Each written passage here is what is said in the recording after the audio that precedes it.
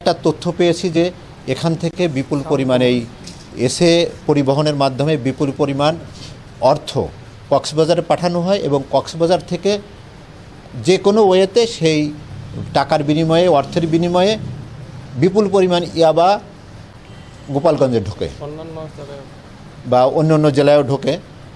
তার প্রেক্ষিতে আমরা কিছু তথ্য কালেক্ট করে এখানে আসলাম। এখানে এসে ওনাদের বললে আমরা প্রথম ওনাদের রেজিস্টার চেক করি, চেক করে দেখি যে হ্যাঁ এরকম লেনদেন আছে এবং এর সব লেনদেনই কক্সবাজারে।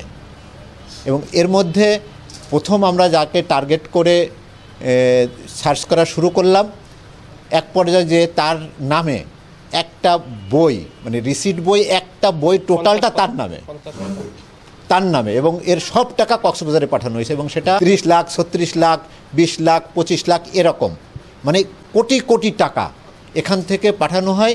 এবং আমাদের কাছে তথ্য যে ওই টাকার বিনিময়ে ওখান থেকে ইয়াবা আসে এবং সেই ইয়াবা গোপালগঞ্জ সহ আশপাশ এলাকায় ঢোকে।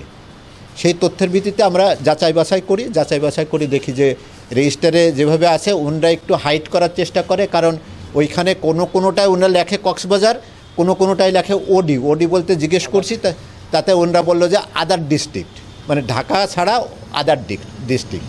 তখন আমরা আবার ওই স্লিপ মিলায়ে বাইর করে দেখি যে সেই যাকে আমরা টার্গেট করছি সে বা তার অন্যদের নামে এরকম আছে, মানে স্লিপ করা আছে।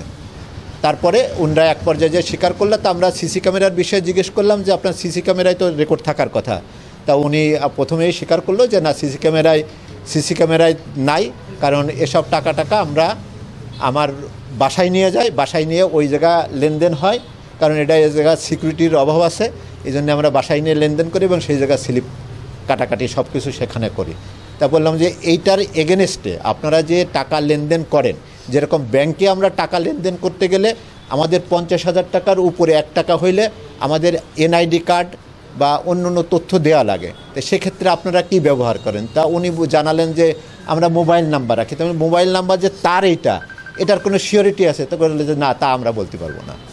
তাহলে ওনারা বলা যায় যে বিনা ডকুমেন্টসে এই কোটি কোটি টাকা শুধু অনৈতিক কাজে ব্যবহার হচ্ছে, সেইটাই ওনারা লেনদেন করতেছে।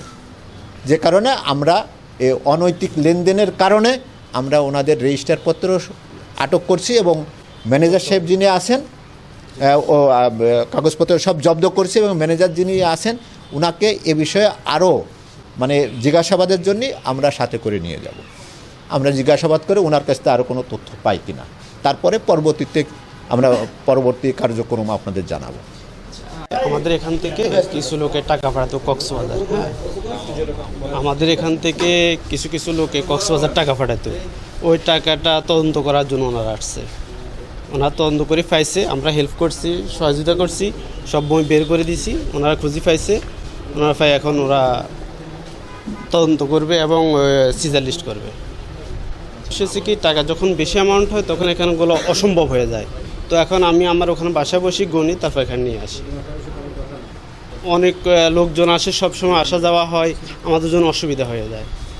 এই জন্য অ্যামাউন্ট অনেক, আমি তো স্বীকার করছি দেই এবং সব মেমোটা সব দেখাইছি, উনি ফাটাইছি। হ্যাঁ, ওই লোকের নাম ওনারা শনাক্ত করছে, আমি সব দিয়ে দিছি ওনাকে, যে কী পরিমাণ টাকা পাঠাইছে, কত পরে সব আমি দিয়ে দিছি ওনাদেরকে। আমাদের রাখা হয় নাই, কারণ সবসময় লেনদেন করে, এই জন্য ওনার মোবাইলটা কারণ মোবাইল চার্জ দিলে তো এখন বর্তমানে আইডি কার্ড পাওয়া যায়। জি, টাকা আসলে আমরা টাকা বুকিং করি, টাকা নিয়ে আবার কক্সবাজার আমরা পাঠিয়ে দিতাম আমাদের টিটির মাধ্যমে।